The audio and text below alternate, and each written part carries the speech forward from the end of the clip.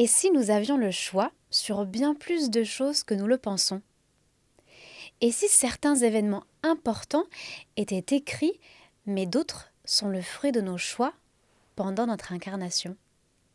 Aujourd'hui, dans cet épisode, nous allons parler du libre arbitre. C'est une notion que je connais depuis peu de temps et qui a pris en fait beaucoup de sens récemment dans ma vie.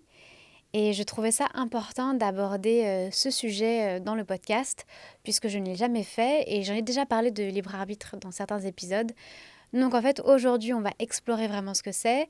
Est-ce que vraiment on a du libre arbitre dans notre vie ou est-ce que tout est déjà écrit? Est-ce que vraiment il n'y a pas de hasard? Est-ce que tout est planifié par l'univers, etc. On va tenter d'y répondre. Et je pense qu'il est important de nuancer que certes, certaines choses sont planifiées et d'autres non. Alors tout d'abord, qu'est-ce qu'on entend par le libre arbitre? En fait, le libre arbitre, c'est la capacité qu'aurait un être humain à faire des choix de manière complètement autonome sans que ces choix aient été planifiés avant son incarnation. Rappelez-vous, avant de s'incarner, une âme va faire un certain nombre de choix, comme par exemple sa future mort, elle va choisir sa famille, certaines rencontres, relations, etc. Donc en fait, quand on parle de libre arbitre, on fait référence à des décisions que l'être humain va prendre au cours de sa vie terrestre et qui en fait n'ont pas du tout été planifiées. Donc en tant qu'individu, nous avons notre propre conscience, notre propre façon de penser et ainsi nous avons la possibilité de faire des choix en fonction de nos convictions, en fonction en fait de notre chemin spirituel. Ce qu'il faut savoir, c'est que nous avons tous un but différent dans la vie. La seule chose qui nous rassemble, c'est en fait le fait que nous sommes ici pour évoluer et pour grandir. Ça, c'est notre but commun à tous. Et pour cela, on va choisir un certain nombre d'épreuves à vivre, car en fait, c'est dans l'épreuve que l'on apprend. Mais alors, quelle est la place de notre fameux libre arbitre dans tout ça? Eh bien en fait, notre libre arbitre, ça va être notre façon de répondre à ces événements. On a donc le choix en fait de péter un plomb, de faire des atrocités en réponse à un traumatisme par exemple, comme on a le choix d'en tirer le meilleur, d'accueillir ça avec amour et douceur et de faire en fait que cette épreuve devienne une leçon de vie et une contribution à notre chemin personnel. Et ça change tout. C'est votre libre arbitre. Vous avez choisi les principales épreuves de votre vie avant de vous incarner et votre libre arbitre définira simplement la suite des choses. Le libre arbitre, c'est votre capacité à exercer votre volonté de manière consciente. Il y a une phrase d'ailleurs que j'aime bien et qui résume parfaitement mes propos.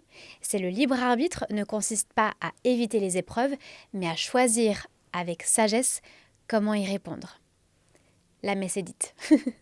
En faisant mes recherches pour cet épisode, j'ai constaté que la notion de karma était très importante dans le libre arbitre. Mais pourquoi en fait? Eh bien, notre karma dépend de notre libre arbitre.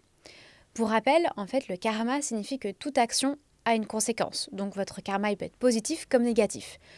Plus vous faites du positif, plus la vie vous donne du positif. Plus vous faites du négatif, plus vous aurez du négatif. C'est ça le karma. Et donc votre libre arbitre a une conséquence. Vos choix influencent votre karma. Autre explication, votre karma représente votre héritage, dans cette vie ou dans d'autres vies d'ailleurs. Et votre libre arbitre, c'est votre capacité à faire un choix différent et à ne pas rester prisonnier de ce terrain en fait. Je ne sais pas si je suis claire, donc je vais essayer de vous donner un exemple concret pour mieux comprendre. Imaginons que le karma, c'est la météo. Eh bien en fait, votre libre arbitre, c'est comment vous allez vous habiller et comment vous allez décider de mener votre journée malgré cette météo. Donc vos choix influencent votre karma et votre karma influence vos choix.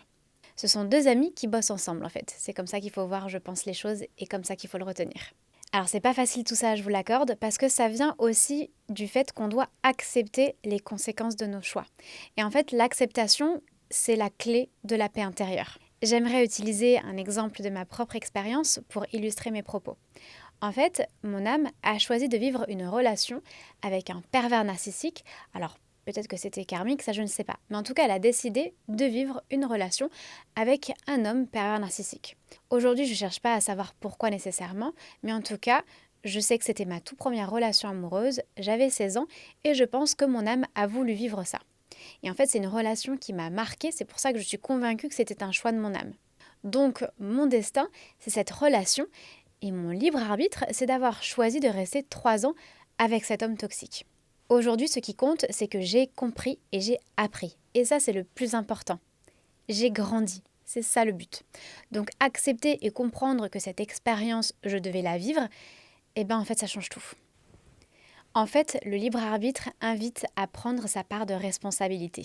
Alors certes, il va être influencé par un certain nombre de choses comme notre environnement, comme la société ou tout simplement l'éducation que l'on va recevoir de nos parents, etc. Donc forcément, les décisions ne seront pas les mêmes puisqu'en fait, nous faisons en fonction de ce que nous connaissons. Mais ce qui est intéressant, c'est que prendre ses responsabilités, c'est décider aussi de sortir des cases dans lesquelles on a grandi. C'est de construire ce que notre environnement nous a appris et de penser par nous-mêmes. En fait, c'est ça aussi l'évolution, c'est sortir de certains schémas, c'est se libérer des répétitions. Je pense que c'est de voir au-delà et de partir du principe que notre bulle de connaissance n'est pas l'unique. Il n'y a pas une seule façon de penser. Et si penser au-delà nous permettait en fait de mieux évoluer.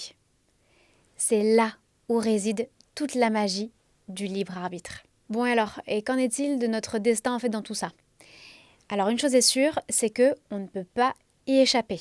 Si vous avez décidé avant de vous incarner de vivre certaines expériences, la vie fera en sorte de vous les faire vivre tôt ou tard. N'oubliez pas, tous les chemins mènent à Rome. Alors, il y a des centaines de milliers de possibilités de chemins pour accéder à Rome, mais celui que vous allez emprunter, c'est votre libre arbitre. Vous avez le choix sur quel chemin vous allez emprunter. Vous avez le choix sur la vitesse que vous allez prendre, les détours et les arrêts que vous allez faire. Mais en tout cas, tôt ou tard, vous arriverez à Rome. C'est votre destination finale qui ne changera pas. Donc tout dépend de vous. Vous êtes maître de votre propre destin malgré tout. Comme je vous le disais, en fait, j'ai compris et conscientisé cette notion de libre arbitre il y a très peu de temps. Et si vous me suivez sur les réseaux, je pense que vous savez sans doute que j'étais en couple avec quelqu'un. Et en fait, je suis convaincue que cette histoire, elle faisait partie de mon destin. Je devais la vivre. En fait, c'était mon Rome à moi. C'est drôle d'ailleurs parce qu'en fait, notre premier voyage ensemble, c'était à Rome et je suis en train de me faire la réflexion. Enfin bref, c'est très drôle. Mais je pense en tout cas que c'était un contrat d'âme notre histoire et que nos âmes en fait se sont mises d'accord ensemble pour cheminer et apprendre sur Terre. Et donc, il y a quelques mois, j'ai mis fin au contrat. Et ça, c'est mon libre arbitre. En fait, cette histoire, elle était programmée et ma réponse et ma façon de gérer cette relation appartenaient à mon libre arbitre sur Terre. La vie, elle est parsemée de choix et nos choix de vie ont amené à cette séparation. En tout cas, ce qu'il faut savoir, c'est que dans l'énergétique, tout est possible. C'est toujours délicat les relations amoureuses parce qu'en fait, on se rend compte que c'est ce qu'il y a de plus puissant et en fait, de plus complexe à la fois. Bon, et alors dans tout ça, comment faire ? Qu'est-ce qu'il y a de mieux à faire, est-ce qu'on fait le bon choix, etc. En fait, j'ai eu la sensation plusieurs fois d'être complètement perdue et c'est franchement pas évident au quotidien et je pense que vous allez peut-être vous reconnaître dans ça. Parfois, en fait, on se sent complètement dépassé et on ne sait pas si on fait les bons choix, on a le doute et les peurs qui prennent le dessus, etc. Mais en fait, ce que j'ai compris en écrivant cet épisode, c'est que lorsque l'on choisit de faire les choses avec amour et pardon, plutôt que la haine sur des expériences, en fait, tout devient beaucoup plus facile à vivre. Mais surtout, le plus important, faites-vous confiance. Notre âme, votre âme, elle sait. Donc ne laissez pas votre mental ou votre ego vous jouer des tours et dicter en fait votre vie à votre place. C'est hyper important. Soyez ancrés et soyez vous-même. Et si vous sentez que vous devez partir, partez en fait. Écoutez-vous. Alors bon, je sais, c'est quelque chose de très facile à dire que de devoir prendre les choses avec amour, peace and love. Je sais que c'est extrêmement facile à dire et je vous entends déjà me dire que oui, certaines expériences sont atroces et en fait on a le droit d'être en colère. Oui, vous avez le droit d'être en colère. Croyez-moi, je le sais bien. J'ai été abusée sexuellement à l'âge de 7 ans, mais en fait, j'ai décidé aujourd'hui de ne pas être en colère et de pardonner. En fait, j'ai accepté parce que en fait, c'était sans doute mon destin, tout simplement. J'ai décidé que cette expérience était plutôt une bénédiction, parce qu'en fait, j'ai tellement appris. Alors, ça n'enlève pas l'atrocité de ce que j'ai vécu, des gestes, du traumatisme que ça laisse en moi. Mais en fait, aujourd'hui, cette expérience, elle m'a permis d'être une femme libre, elle m'a permis d'être une femme puissante et surtout résiliente. En fait, je suis une femme, la femme que je suis aujourd'hui, elle me plaît. Je suis une femme qui veut vibrer de l'amour et qui veut être dans de belles énergies. Et en fait, la spiritualité, je dois vous avouer que ça m'a tellement aidée à comprendre pourquoi j'ai vécu ça.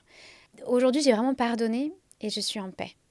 Alors ça fait pas de moi une sainte, je ne veux pas attirer votre pitié ni nourrir mon ego en me faisant passer pour la femme parfaite, pas du tout. Je veux simplement vous montrer qu'en fait, tout est possible. J'ai eu le choix, j'avais mon libre arbitre, j'ai eu le choix en fait de ou soit mal le vivre, ou soit d'évoluer dans la paix et l'amour. D'ailleurs, il y a Alice Bourbeau, que j'aime beaucoup, qui a dit qu'en fait, la vraie liberté, elle vient avec l'amour, le calme et le lâcher-prise. Et il faut arrêter de vouloir tout contrôler. En fait, il faut cultiver le désir de s'élever vers le beau, le bien et le vrai. Alors aujourd'hui, je fais de mon mieux pour aller dans cette direction. On dit en fait que le libre arbitre, c'est la plus belle chose que l'humain puisse utiliser. Et effectivement, je suis assez d'accord avec ça. Je trouve que c'est un pouvoir vraiment précieux. Mais c'est aussi la pire chose, car beaucoup d'entre nous ne l'utilisent pas du tout avec amour, avec tolérance ou avec compassion. Alors, je trouve pas ça utopique que de penser qu'il soit possible de vivre dans un monde meilleur, franchement. Tout est possible. Et en fait, c'est une question de libre arbitre. Si seulement l'humain pouvait décider de faire les choses bien, ça changerait beaucoup de choses. Alors peut-être que le libre arbitre, ce n'est pas tant le pouvoir de choisir ce qui arrive, mais la grâce de choisir comment nous y répondons.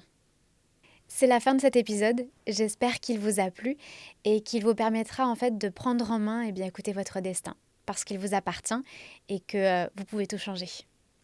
Je vous remercie pour votre écoute et votre soutien au quotidien. N'hésitez pas à vous abonner à ma chaîne, je sors un épisode par semaine tous les dimanches à 10h10. Alors écoutez, n'hésitez pas à commenter, à liker, à partager, à donner de la force à ce podcast. C'est tout simple à faire et vous n'imaginez pas le cadeau que c'est pour moi en fait.